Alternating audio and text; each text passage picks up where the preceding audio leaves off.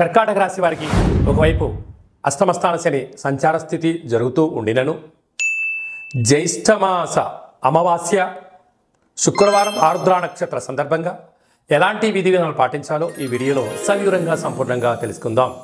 కర్కాటక రాశిలో ఏ నక్షత్రాలు వస్తాయనగా పునరసు నక్షత్రంలోని చివరి పాదం 4వ పాదము, పుష్యమి నక్షత్రంలో 4 పాదాలు, ఆశ్లేష నక్షత్రం 4 పాదాలు కలిపితే కర్కాటక రాశి.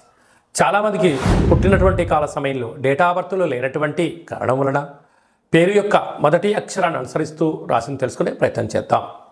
హీ, హూ, హే, హో, డా, డి, డు, డే, డో అక్షరాల వారందరూ కూడా కర్కాటక రాశి జాతకులే.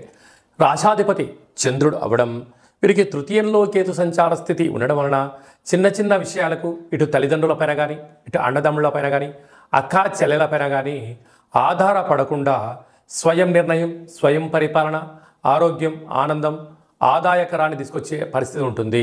కనుక ఎలాంటి విషయాలని అయినను కూడా మీరు ఏకాంతంగా ధైర్యంగా ధర్మబద్ధంగా ముందుకు వెళ్ళగలిగితే విజయం మీ సొంతం అవుతుంది. అష్టమ స్థానంలో శని భగవానుడు స్వక్షత్రకారకుడు అవడం వలన మీ జన్మ నక్షత్రం రోజున అష్టమి అమావాస్య తిథుల యందున దూర వాయు జల ప్రయాణాలు పెట్టుకోకపోవడం, అన్నింటా ఆవేశం లేకుండా ఆలోచన కలిగి ఆచితూచి నిర్ణయం తీసుకోవడం, మౌనమే శరణ్యంగా ఉండగలిగినట్లయితే 90% మంది శత్రువులను 90% సమస్యలను తొలగించుకునే ప్రయత్నం అవుతుంది.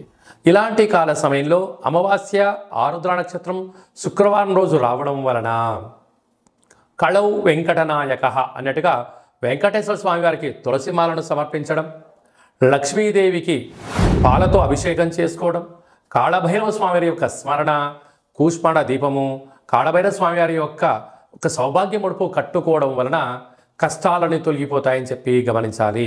అలాగనే భాగ్యస్థానంలో రాహు సంచార స్థితి ఉండడం వలన ప్రేమికులు, భార్యాభర్తలు, పార్ట్నర్షిప్ వ్యవహార కార్యక్రమం చేసేవారికి ఓపిక, పట్టుదల చాలా అవసరం అని చెప్పి గుర్తుపెట్టుకోగలగాలి. రాజ్యస్థానంలో కుజుడు స్వక్షత్రకారకుడు అవడం వలన వృత్తులు, ఉద్యోగాలు, వ్యాపారాలు, సేవారంగ కార్యక్రమాల్లో అన్నింటా విజయం మీ సొంతమవుతుంది. లాభస్థానంలో దేవగురు బృహస్పతి సంచారం చేయడం వలన ధర్మబద్ధంగా న్యాయబద్ధంగా మీరు ఉండడం వలన అన్నింటా విజయం మీ సొంతమవుతుంది. రియల్ ఎస్టేట్ వ్యాపారం చేసేవారు, నీటి వ్యాపారం చేసేవారు, హోటల్ వ్యాపారాలు, సాఫ్ట్వేర్లు, హార్డ్వేర్లు, వ్యవసాయ సోదరిమణులు, గృహ భవన నిర్మాణ కార్యక్రమం చేసేటువంటి వారికి ఓపిక, పట్టుదల, శుచి, శుభ్రత, ఆధ్యాత్మిక చింతన ఉండడం వల్ల అన్నింటా విజయం మీ సొంతమవుతుందని చెప్పి గమనించాలి.